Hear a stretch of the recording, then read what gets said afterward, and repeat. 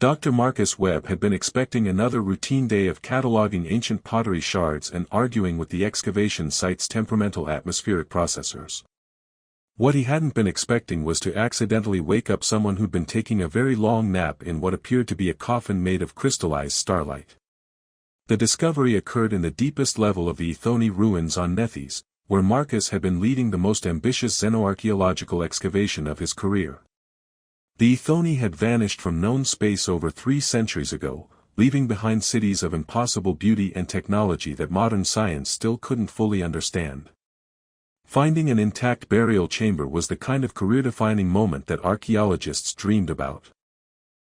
Finding someone still alive inside the burial chamber was the kind of career-defining moment that required immediate revision of several fundamental assumptions about death, time, and the proper filing procedures for unprecedented discoveries. "Emma, sweetheart, stay back from the crystal structure," Marcus called to his 7-year-old daughter, who was watching the excavation with the kind of fascination usually reserved for particularly entertaining cartoons. "We don't know if it's safe yet." Emma, perched on a storage crate with her legs swinging, looked at him with the expression of someone who'd heard this caution roughly 100 times in the past week.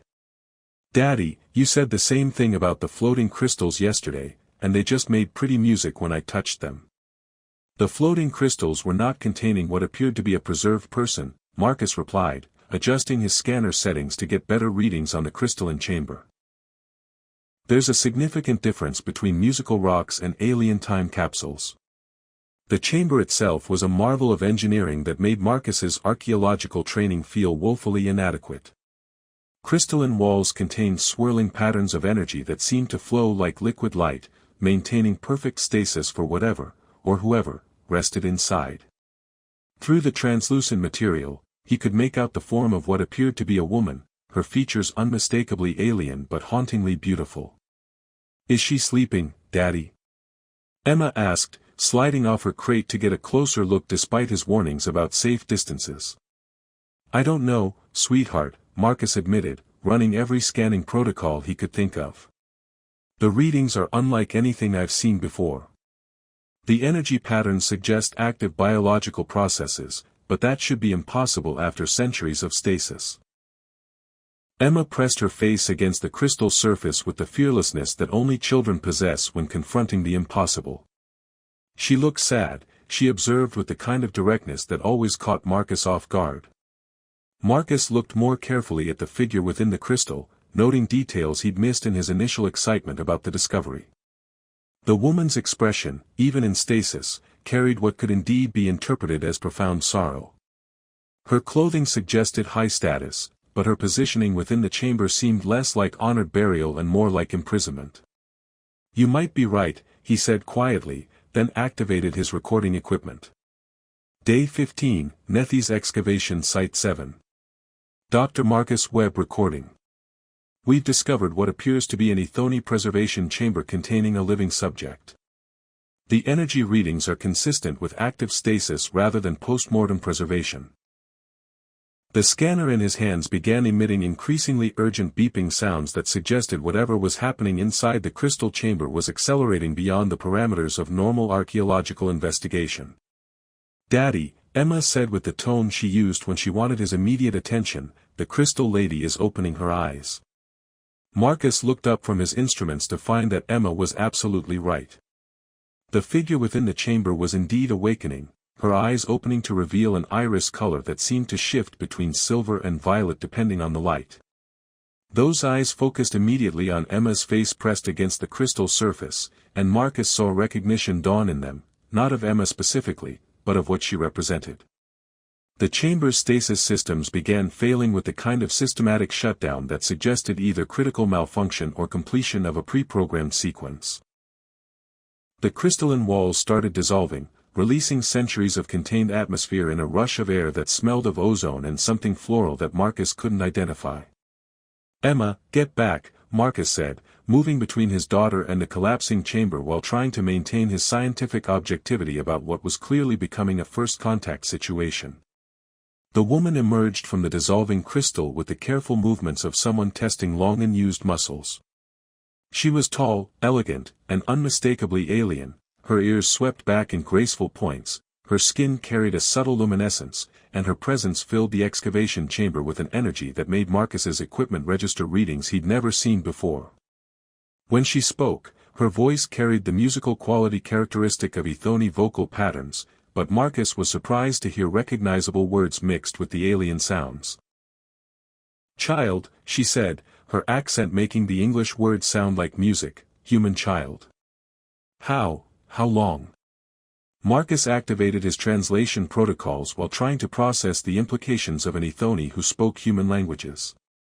"I'm Dr. Marcus Webb," he said carefully. "This is my daughter Emma.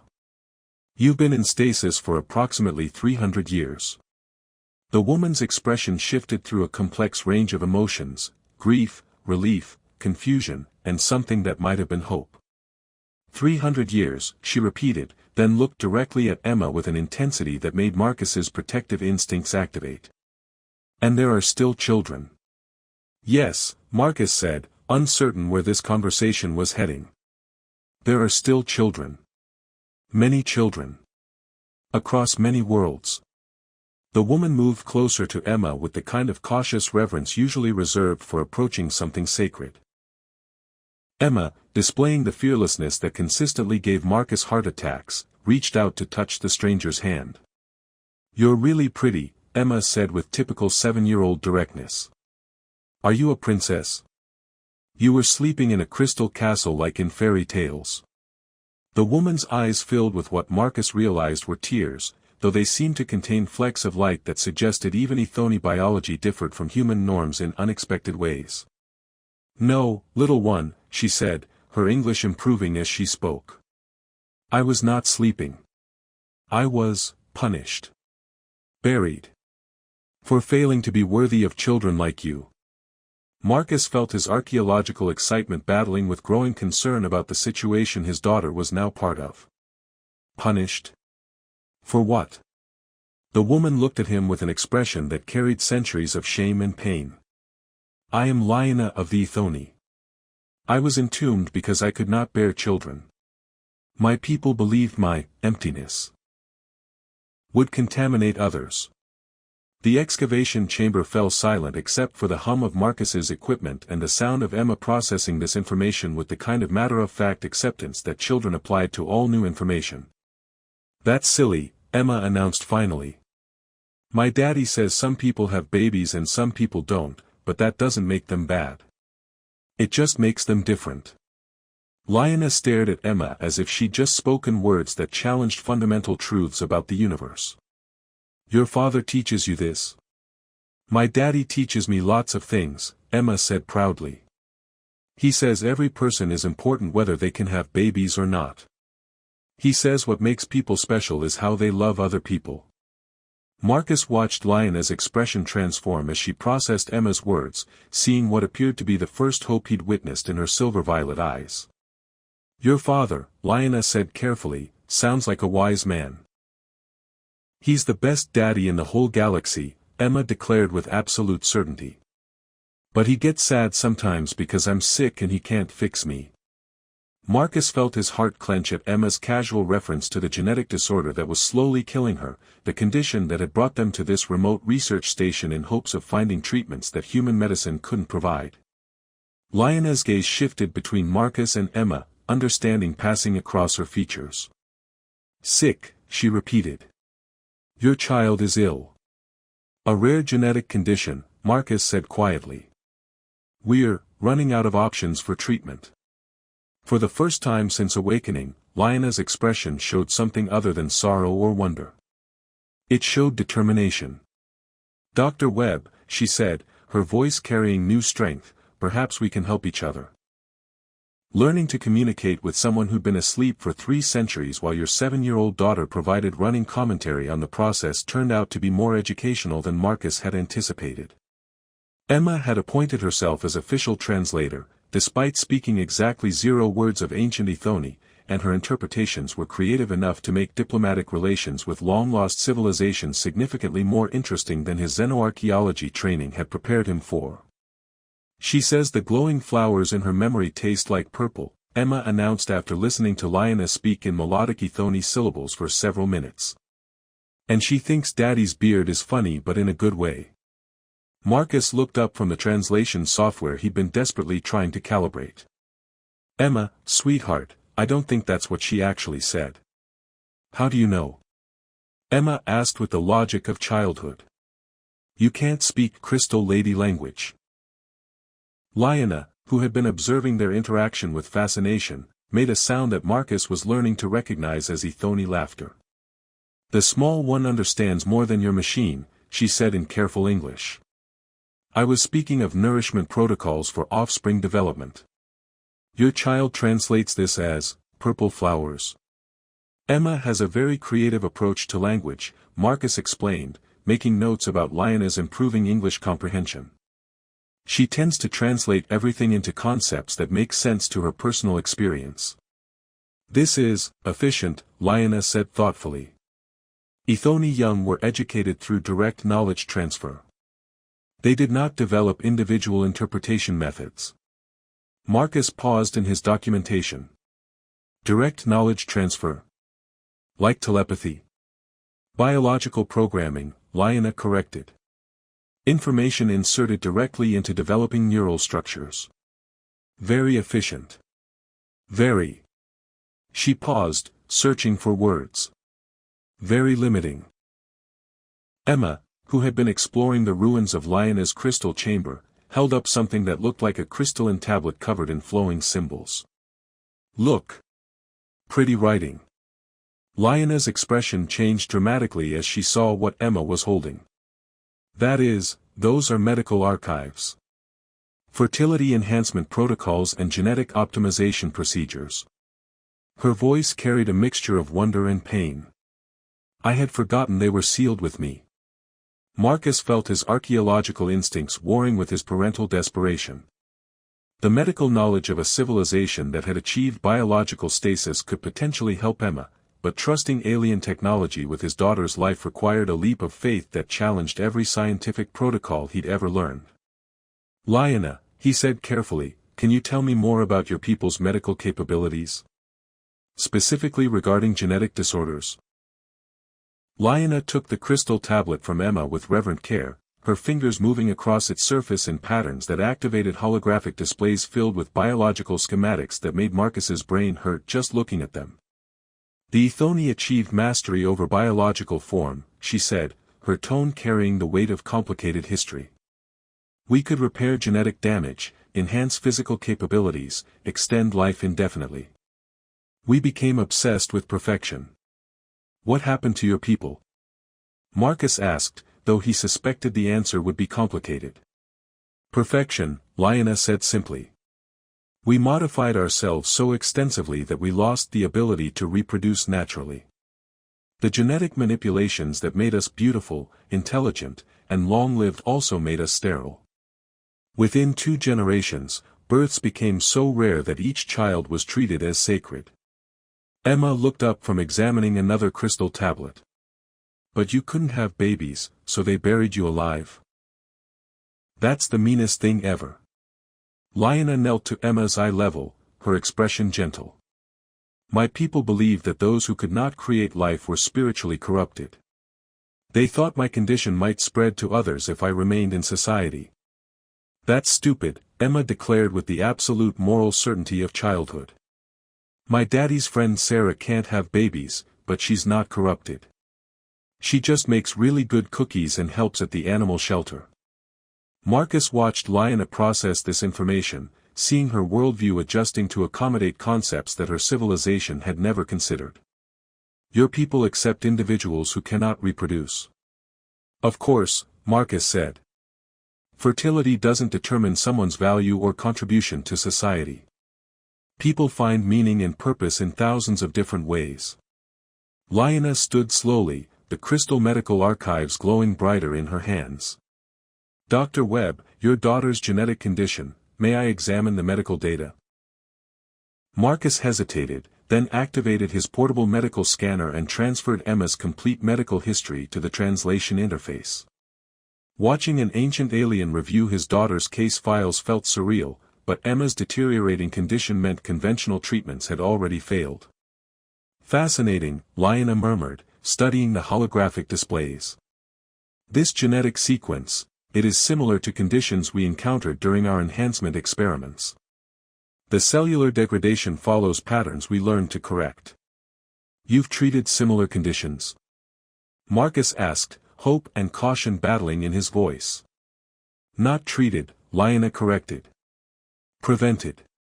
Created. Your daughter's condition resembles side effects we caused when attempting to enhance human genetic material during early contact periods. Marcus felt cold dread settling in his stomach. You experimented on humans? Not maliciously, Lyanna said quickly. We sought to share our biological mastery with other species. But human genetics responded, unpredictably, to our enhancement techniques. We discontinued the research after several tragic outcomes.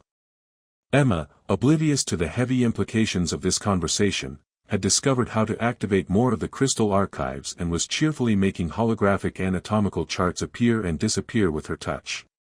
Look, Daddy. I can make the sparkly skeleton dance. Emma, please be careful with, Marcus began, then stopped as he realized what his daughter was manipulating. Lyanna, are those actual medical treatment protocols? Complete biological modification procedures, Lyanna confirmed. Including correction techniques for genetic damage caused by failed enhancement attempts. She paused, studying Marcus's expression carefully. Dr. Webb, I cannot guarantee success. But the archives contain potential treatments for your daughter's condition. Marcus looked at Emma, who was now making the holographic anatomical displays perform what appeared to be an elaborate dance routine, completely unaware that her life might depend on alien medical technology that was older than human space flight. What would treatment involve? He asked quietly. Cellular regeneration therapy combined with genetic sequence correction, Lyanna said. The procedures were designed to repair damage caused by biological enhancement experiments. Your daughter's condition matches the parameters exactly. Risks? Unknown, Lyanna admitted honestly.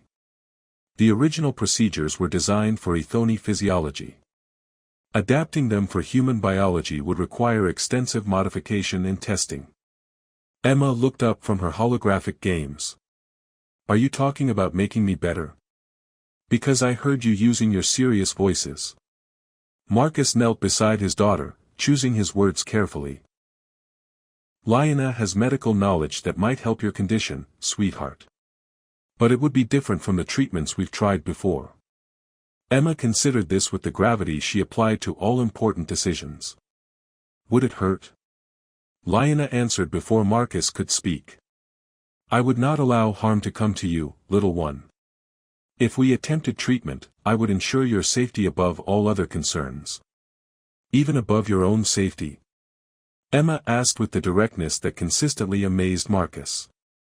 Lyanna's expression shifted to something approaching wonder. Yes, child. Even above my own safety. Emma nodded solemnly, then brightened. Okay. Can I keep playing with the dancing skeletons while you and Daddy figure out the complicated stuff? As Emma returned to her holographic entertainment, Marcus found himself facing an impossible decision: trust ancient alien medicine with his daughter's life, or watch her condition continue to deteriorate while human treatments failed. Lyanna, he said quietly, if we do this, what do you need from me? Trust, Lyanna replied simply. And perhaps, the chance to finally be the mother I was never allowed to become. The abandoned Aethoni medical facility that Lyanna led them to 3 days later made Marcus's archaeological excitement wrestle with his parental terror in ways that probably weren't covered in standard xenoarchaeology ethics courses. The building itself seemed to grow from the crystalline landscape rather than being constructed, its walls pulsing with soft bioluminescence that responded to their presence like a living organism greeting long-lost friends. This place gives me the happy tingles, Emma announced, skipping ahead despite Marcus's repeated warnings about unknown alien technology and basic excavation safety protocols. It feels like it wants to help people. The medical centers were designed to promote psychological calm in patients, Lyanna explained, her hands moving across control surfaces that materialized at her touch. The building's consciousness was programmed to detect and respond to emotional distress. Marcus paused in his documentation of the facility. The building has consciousness. Limited awareness, Lyanna corrected. Enough to monitor patient well-being and adjust environmental factors accordingly. Your daughter's comfort indicates the systems recognize her as requiring care rather than perceiving her as a threat. The interior of the medical facility defied Marcus's understanding of both architecture and medical technology. Treatment chambers grew from the floor like crystalline flowers, their surfaces displaying holographic readouts that seemed to analyze anyone who came near them. Emma immediately made friends with what appeared to be a diagnostic interface, which began projecting cheerful patterns of colored light in response to her presence. The facility approves of her, Lyanna said, studying the diagnostic displays with professional interest. Her genetic structure is registering as compatible with treatment protocols. Compatible how? Marcus asked, trying to balance scientific curiosity with parental caution. Human genetics are more flexible than Aethoni biology, Lyanna explained, activating additional medical systems. Your species' natural genetic diversity means you respond better to biological modification than we ever did. Ironically, the traits that made us consider humans primitive may be exactly what allows treatment to succeed. Emma had discovered that touching different wall surfaces produced different musical notes, and was attempting to compose what she called her getting better song, using the facility's diagnostic equipment as an instrument. Daddy, listen. The crystal doctor place likes my music. Marcus watched the facility's lighting systems pulse in harmony with Emma's improvised melody, and realized that his daughter was somehow interfacing with alien medical technology in ways that his scientific training couldn't explain but his parental instincts told him to trust. She has natural resonance with biological systems, Lyanna observed with wonder. This is extremely rare, even among Aethoni children. Your daughter may be more compatible with our medical technology than I initially estimated. Is that good or concerning? Marcus asked. Both, Lyanna admitted honestly. It suggests treatment will be more effective, but also that the connection between her biology and our technology will be deeper than normal patient protocols. Marcus found himself facing the same impossible decision he'd been wrestling with for days: allow experimental alien treatment that could save Emma's life, or continue with conventional human medicine that was already failing. Emma's cheerful interaction with the medical facility was either a sign that the treatment would work or evidence that his daughter was being influenced by alien technology in ways he didn't understand. Lyanna, he said quietly while Emma continued her musical conversation with the diagnostic systems, I need you to be completely honest with me. What are the real risks of this treatment? Lyanna was quiet for a long moment, her silver-violet eyes reflecting the facility's bioluminescent glow. The greatest risk is that the treatment will create a permanent biological connection between your daughter and Aethoni medical systems. She would be healed, but she would also be changed. Changed how? Enhanced genetic stability, extended lifespan, improved biological resilience, Lyanna listed. But also dependency on periodic contact with Aethoni biotechnology for system maintenance. She would need regular treatments to maintain the genetic modifications. Marcus felt his stomach drop. She'd be dependent on alien technology for the rest of her life. Yes, Lyanna confirmed. But Dr. Webb, without treatment, how long does she have? The question hit Marcus like a physical blow. Emma's latest medical scans had shown continued deterioration despite all conventional treatments. Her doctors on Earth had given her months, possibly weeks, before the genetic damage became irreversible. Not long, he admitted quietly. Emma looked up from her musical experiments. Daddy, are you worried about the crystal medicine making me different? Because I'm already different. I'm sick different. Maybe crystal different would be better. The simple logic of childhood cut through Marcus's complex fears with devastating clarity. Emma was already facing genetic modification, the kind that was killing her. Lyanna's treatment offered genetic modification that could save her life. Sweetheart, Marcus said, kneeling beside his daughter, if we do this treatment, it might change things about how your body works. You'd need to come back to places like this sometimes for medical care. Are you okay with that? Emma looked around the friendly, musical medical facility with its responsive lighting and harmonic diagnostic systems. Would Lyanna come with me for the checkups? Lyanna's expression transformed with an emotion Marcus was learning to recognize as maternal love awakening after centuries of suppression. Yes, little one. I would never let you face the treatments alone. Then I want to try it, Emma decided with the absolute certainty she applied to all important choices. Besides, if it doesn't work, I'd probably die anyway, right? Marcus felt tears stinging his eyes at his daughter's matter-of-fact assessment of her situation. Emma. It's okay, Daddy, Emma said, patting his hand with the kind of comfort usually offered by parents to children rather than the reverse. I know I'm really sick. But maybe the crystal lady can fix me. And maybe fixing me will help her feel better about not being able to have babies before. Lyanna made a sound that might have been a sob, her luminescent tears reflecting the facility's glow. How did you know that healing you would heal something in me as well? Because you look at me the way Daddy looks at me, Emma explained with devastating simplicity. Like you love me already, even though we just met. The medical facility's systems began responding to the emotional resonance between Lyanna and Emma, displays activating throughout the chamber as the building's consciousness registered the formation of what appeared to be a family bond. The facility recognizes the connection, Lyanna said with wonder. It's activating protocols for familial care units. The building believes you are my daughter. Emma brightened. Does that mean you'd be like my second mommy? Because I never had a mommy before, and I always wondered what it would be like. Marcus watched Lyanna's entire being transform as Emma's words awakened something that had been buried beneath centuries of shame and isolation. The woman who had been entombed for failing to become a mother was being offered the chance to save a child who needed her desperately.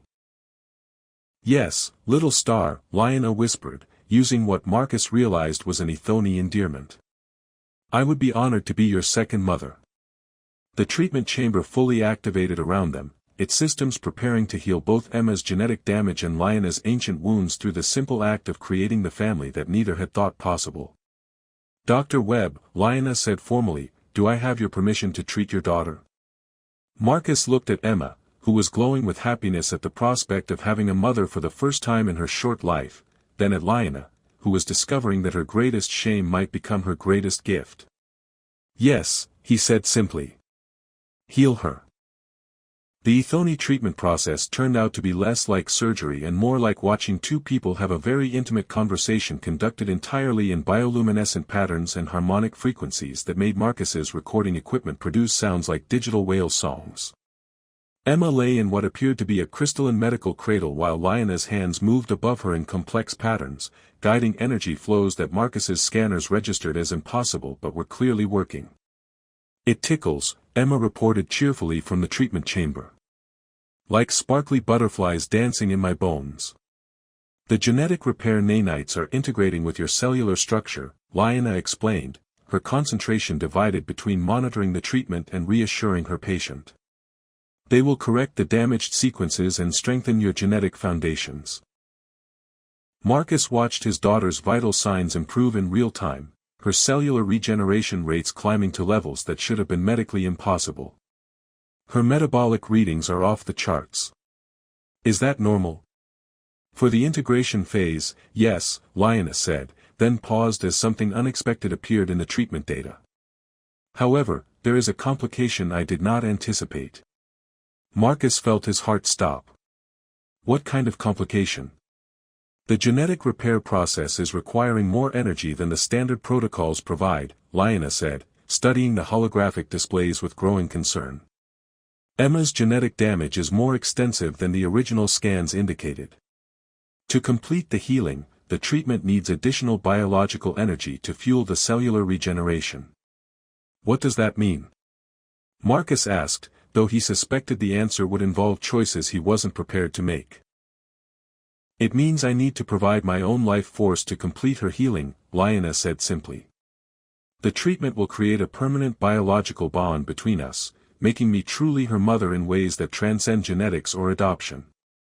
Emma, despite being in the middle of alien medical treatment, had been following the conversation with typical 7-year-old attention to important details. "Would that hurt you?" "No, little star," Lyanna said gently. "It would fulfill me in ways I never thought possible. But it would mean that we would be connected for life. My health would affect yours, and yours would affect mine." "Like really being family?" Emma asked. "Exactly like really being family," Lyanna confirmed. Marcus found himself facing a decision that challenged every protective instinct he possessed. Allowing Lyanna to create a permanent biological connection with Emma meant accepting that his daughter's life would be linked to someone he'd known for less than a week, no matter how much he'd grown to trust and care for the ancient alien who'd already demonstrated her devotion to his child. "The energy transfer must happen now," Lyanna said urgently. "Without it, the treatment will fail and Emma's condition will resume its progression." "Do it," Emma said before Marcus could respond. "Daddy, she wants to be my mom, and I want her to be my mom. Let her help me." Lyanna looked at Marcus with an expression that asked for permission while making it clear that she would respect whatever decision he made, even if it meant watching Emma die rather than overriding his parental authority. "You're sure this is what you want?" Marcus asked, the question directed equally to both of them. "I have never been more certain of anything," Lyanna replied. "I was buried for centuries because I could not create life. Now I have the chance to save the life of a child who has already taught me more about love and family than my entire civilization ever understood." The treatment chamber began pulsing with increased urgency as Emma's genetic repair process reached a critical point. Lyanna moved her hands to directly contact Emma's forehead, and Marcus watched as streams of luminescent energy began flowing between them. "Oh," Emma breathed as the connection established. "Lyanna, I can feel your thoughts. You really do love me like a daughter." "Yes, little star," Lyanna said, her voice growing weaker as she channeled her life force into completing Emma's healing. "And now you are truly my daughter, in ways that biology and law could never make official." The energy transfer intensified, and Marcus watched in fascination and terror as his daughter's genetic damage repaired itself while Lyanna grew paler with the effort. The medical displays showed Emma's cellular structure stabilizing at optimal levels while Lyanna's vital signs fluctuated dangerously. "Is she going to be okay?" Emma asked, her concern for Lyanna overriding her own experience of being healed. "The bond will stabilize once the initial transfer is complete," the medical facility's consciousness announced in harmonious tones. "Both subjects will achieve optimal health through their biological connection." As the treatment reached completion, Marcus watched the most remarkable transformation he'd ever witnessed. Emma's genetic markers stabilized at levels indicating perfect health, while Lyanna's vital signs strengthened as the maternal bond completed itself. They were now connected by biology in ways that made them truly family. "How do you feel, sweetheart?" Marcus asked as Emma sat up in the treatment chamber. "Different," Emma said thoughtfully. "Stronger. And I can feel that Lyanna is happy in ways she's never been happy before." She looked at Lyanna with newfound understanding. "You're not sad anymore." "No, little star," Lyanna said, tears of joy streaming down her face. "For the first time in centuries, I am not sad. I am complete." The medical facility's systems began shutting down the treatment protocols, but before they could celebrate the successful healing, alarms began sounding throughout the complex. Marcus's archaeological equipment detected approaching energy signatures that matched Aethoni technology. "The city's automated systems have awakened," Lyanna said with sudden urgency. "They've detected my revival and are implementing containment protocols. They're coming to return me to stasis." Through the facility's transparent walls, Marcus could see crystalline constructs emerging from the ruins, automated guardians whose purpose was to enforce the ancient judgment that had buried Lyanna for her supposed spiritual corruption. "They don't know about Emma," Lyanna realized. "The guardians were programmed to prevent contamination from sterile individuals. They won't understand that I've become a mother. Emma stood up from the treatment chamber with the confidence of someone whose genetic structure had just been fundamentally improved. Then we'll have to teach them, she said with the fearless logic of childhood. Because you're my mom now, and moms don't get buried alive for being good at helping their kids. Marcus looked at his daughter, healed, bonded to an ancient alien, and preparing to face automated enforcement systems with the absolute certainty that family love could overcome any obstacle, and realized that his life had become significantly more interesting than his archaeological training had prepared him for. Well, he said, checking his equipment and preparing to face whatever came next, I suppose it's time to introduce some ancient technology to the concept of chosen family. The Guardians approached with the inexorable purpose of systems designed to enforce judgments that no longer applied to the transformed woman and her new family, unaware that they were about to discover that some bonds transcend the limitations of biology, law, and the prejudices of vanished civilizations.